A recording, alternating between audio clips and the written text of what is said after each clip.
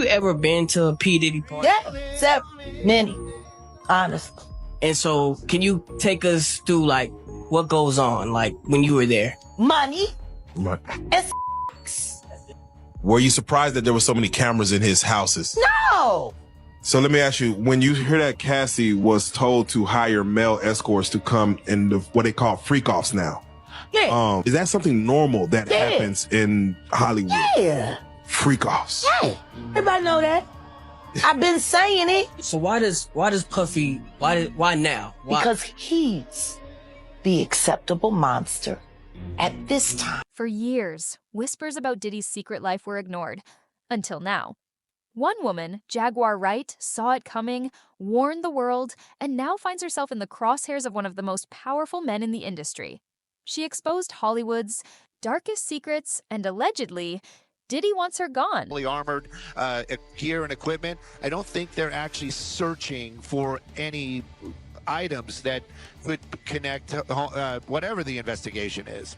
I would venture to say that those are going to be the guys that you're seeing right there, and they're waiting for that all clear. And then this group that you see there, those are the ones that are actually going to go inside. They probably have, like you said, they probably have ideas what they're looking for, where they might be. So, but right now, it is still a waiting game to make sure that everybody is out of this building. This isn't just another celebrity scandal.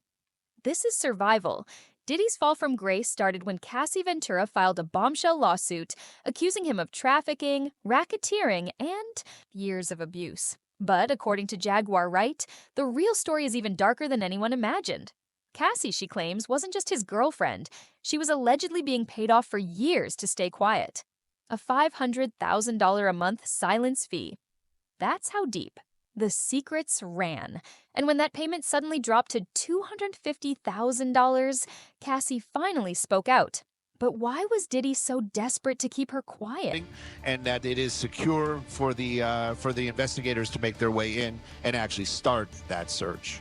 And we should mention, thank you, Stu, that if this is in fact involving a trafficking investigation, we do know that according to Diddy's attorneys and the rapper himself, he has denied any wrongdoing in any of all that. Jaguar had the answer long before the lawsuit ever made headlines. She exposed what really happened behind closed doors at Diddy's infamous freak-off parties. These weren't just elite Hollywood gatherings. They were, according to sources, something far more sinister.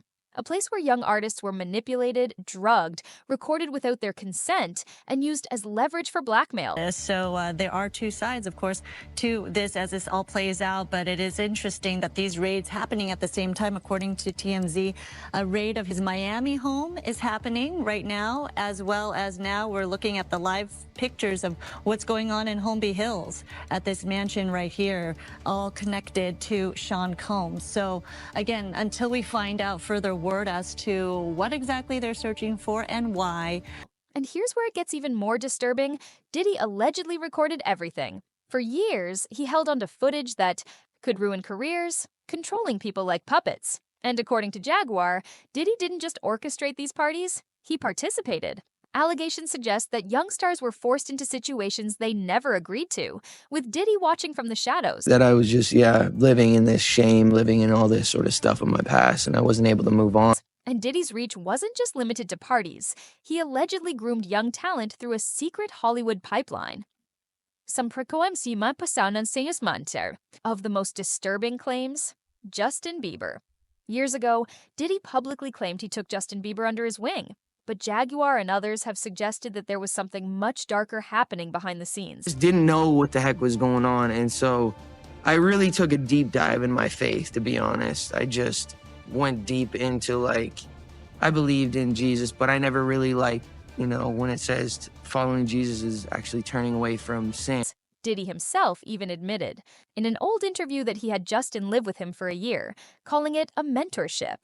But many now believe that was just the public version of the story. According to Jaguar, Usher also went through something similar. And so there's no, what it talks about in the Bible, it's like there's no obedience there's no faith without obedience. So it's like I had faith about like, oh, I believe Jesus died on the cross for me, but I never really implemented it into my life. I never like was like, I'm gonna be obedient. So when did you decide to actually move within the guidelines, and how did you find yourself away from, yeah, I believe in Jesus, but I'm gonna drink or do drugs or sleep around or all these other distractions? How did you get out of that world? What was the turning point for you? When Usher was just 14 years old, he was allegedly sent to live with Diddy for training in the music industry. But Usher has never spoken about what really happened during those years, only that he left changed. Years later, Usher became Justin Bieber's mentor.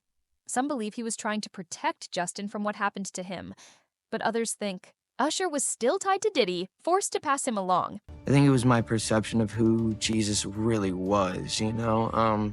I'd had really bad examples of Christians in my life who would say one thing and do another. So they were my direct example of who Jesus was. That's why you didn't take it seriously. I didn't take it as seriously because I didn't have good examples. Good role models. Yeah. The way I look at my relationship with God and with Jesus is I'm not trying to earn God's love. Then there's Orlando Brown, the former child star who has spoken out against abuse in the industry. Orlando has repeatedly made bizarre statements in interviews, statements that many dismissed as delusions.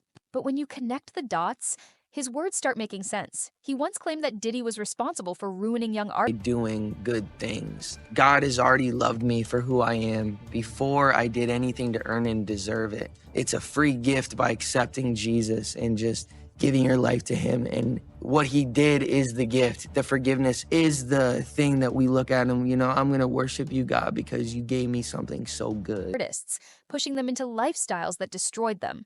People laughed. They thought he was crazy. But now, people aren't laughing anymore.